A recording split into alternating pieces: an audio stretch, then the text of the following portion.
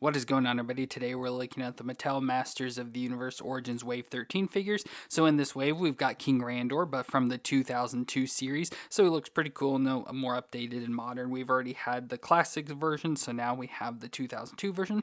Then we also have Slamurai, which is a cool all-white ninja.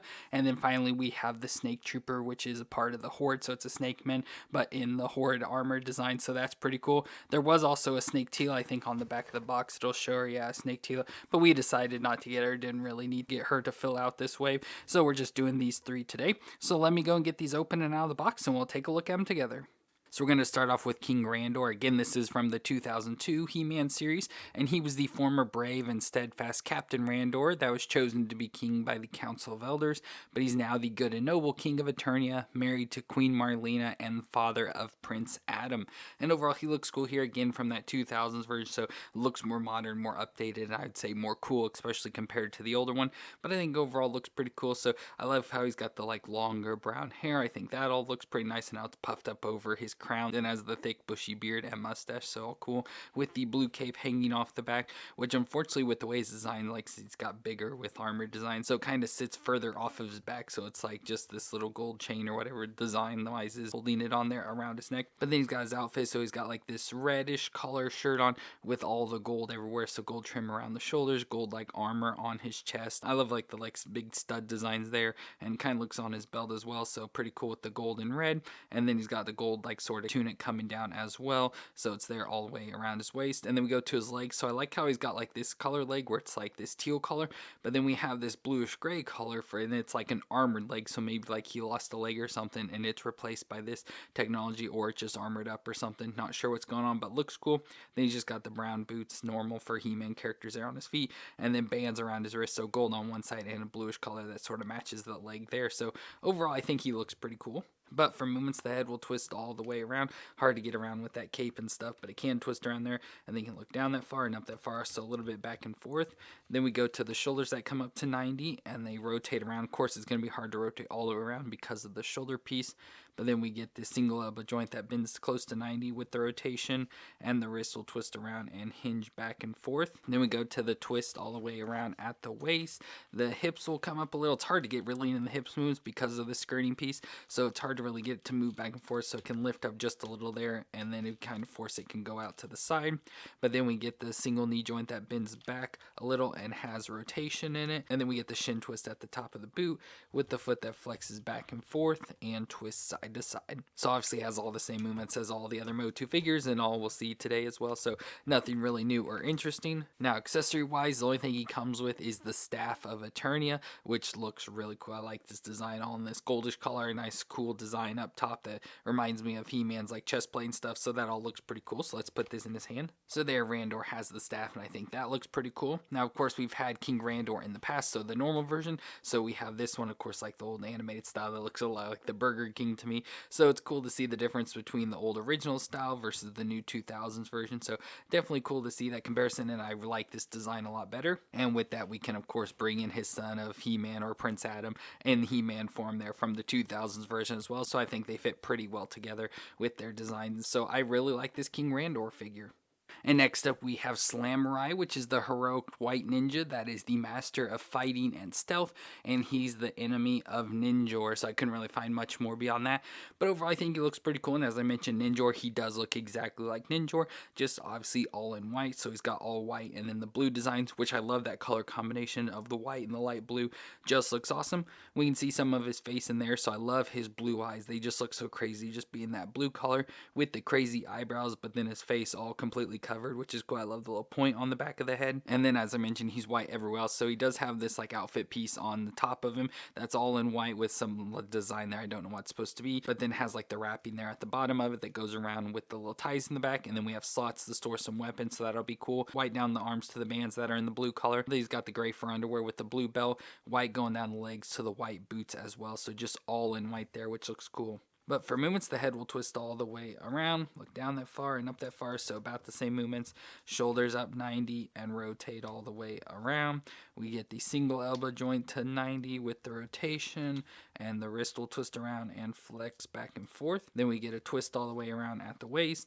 The hips can come up a little and out to the side. Then we get the single knee joint back and then has rotation with a shin twist at the top of the boot. And then we flex back and forth and twist side to side. So once again, just the standard movements. But he comes with some accessories. So first we get a sword. So we have this nice long sword that has a nice curve to it, which looks pretty cool. Obviously we can put this in his hands, but since he comes with other stuff, we'll just store this in his back for now. So you just slide it in the slot there and can sort of store back there on his back. He also comes with a set of nunchucks, which look pretty cool. I like this design with the white handle and the chain and stuff. So that's pretty fun. So you can put that in his hands if you want, but you can also store it on his back. So he does have this little piece back here. Now it looks like you can only store one like handle piece, so you just have to store it in there and then it'll just hang down, but you can store that in the back, which is pretty cool. And then finally he also comes with a bow with like an arrow attached to it, so we can try and put this into his hand. So there he's got the bow. Of course I don't really know how exactly you get it into his hands or anything, but obviously I'd probably end up using one of the other weapons, but just because he doesn't have a place to store it, actually I think you can store it on his back if you take the bow, now that I think about it. So if you take this bow, you can slide this right down in here, I think. So if we take this and we can slide it down in here, the nunchucks may be in the way and causing some issues, but yeah, I think you can take and store that in there. So there he can store that on his back, so that would probably actually work out a little bit better. So let's put the sword in his hand. So there he's got the sword, and then I can try and get this nunchuck back around in here, but I'll just put it in his hand there for now. So that is pretty cool. I like having the blue there on his back as well, just stands out especially against the white, so that looks pretty cool. But as I mentioned, he is the enemy of Ninjor, which we've had before. So here we have Ninjor, which like I said is pretty much the exact same figure, just switched out the black for white and red for blue. The only thing they did switch like the arm design, so he doesn't have the bands on the arms and then the different feet there as well. So he's definitely designed more like the heroes. So very cool. We can now have them facing off, very similar to like a Snake Eyes and Storm Shadow, just in opposite colors. So very cool to now add Slamurai here to our hero team. And our final character today is the Snake Trooper, which is the Snakemen soldiers that were augmented by the Horde into cyborgs that are connected to the central computer brain of the Horde. So these look pretty cool. Now they do look pretty much just like the Horde, so body-wise, everything like from the neck down is going to be the Horde Trooper, at least relatively close to it.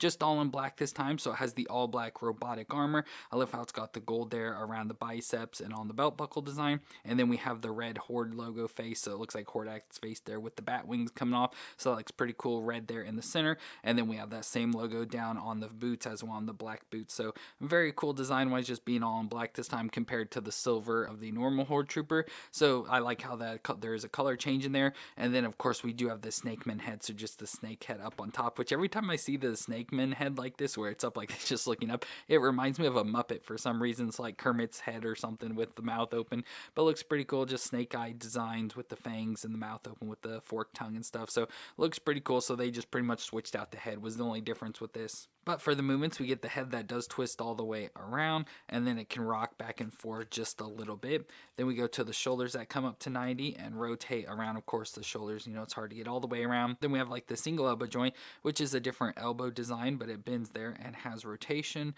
and the wrist twist around and flex back and forth. Then we will twist all the way around at the waist, and the hips come up that far and out to the side. We get the single knee joint back with the rotation, again, a different design, still has the single knee, just different design. Then we get the shin twist at the top of the boot, and the foot will flex back and forth and twist side to side. And then we get the function of the trooper itself, where if you push on the Hordak head, you're supposed to, at least I have issues getting this, you're supposed to be able to push on it and it'll pop apart, but I just have to kind of pop it loose myself and it'll open up like this. I don't know what the whole function is, if it's just supposed to be like when it gets destroyed or something, it's the chest falling apart, but it opens up like that. And when you do that, there is like an ab crunch design, so it does crunch back and forth there, which you don't get with the armor all closed up. But yeah, it's cool design wise like that. Like I said, I just don't know how it functions properly. We were supposed to get there, it just kind of worked there. You just gotta, I guess, put it in properly. At least for my figure, you have to get the front chest closed and then you push the back one, and then when you push on this, it'll pop the back closed and it both pops open there. So pretty cool, I guess, to have that function just like the other Horde Trooper. So nothing new there. Like I said, the only thing with this is that it's got the Snakeman head is the only real function of it. But accessory wise, he does come come with a shield. So we have the red shield before with a snake on it, so that's pretty cool. So we have the shield with the clamp that we can sort of twist here to the side and get on the wrist. So there it can have a shield, and then it comes with the Horde weapon that's labeled as a mace, but it just kind of looks cool with the weird like bat design on the end of it there, all in red, that matches the shield, so it looks pretty cool. So we'll put this in the other hand. So there, the snake trooper has its weapons now ready to go and fight for Hordak. And speaking of, as I kept mentioning, it is very similar to the normal Horde trooper. So here we have the Horde trooper, what it's supposed to look like, and again, this is mostly on the silver where this one's black. So same armor design, just in different colors, so it's cool to have that. And of course, as I mentioned, it can go in the battle for Hordak. So here we have Hordak there to lead the mind-controlled snake men. So very cool to add more members to the Horde by adding these snake troopers.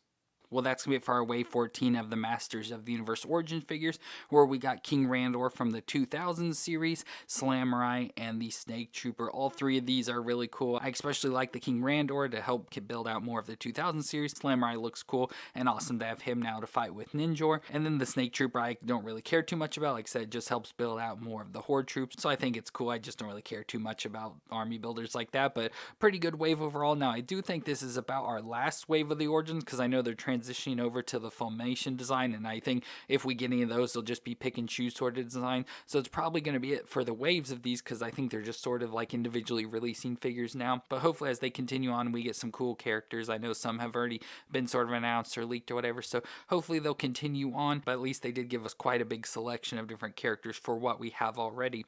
So let me know what you thought of these three down in the comments. If you enjoyed this review, let me know with a thumbs up. But I want to thank y'all for watching. I hope you all stay awesome out there, and I'll see you in our next review.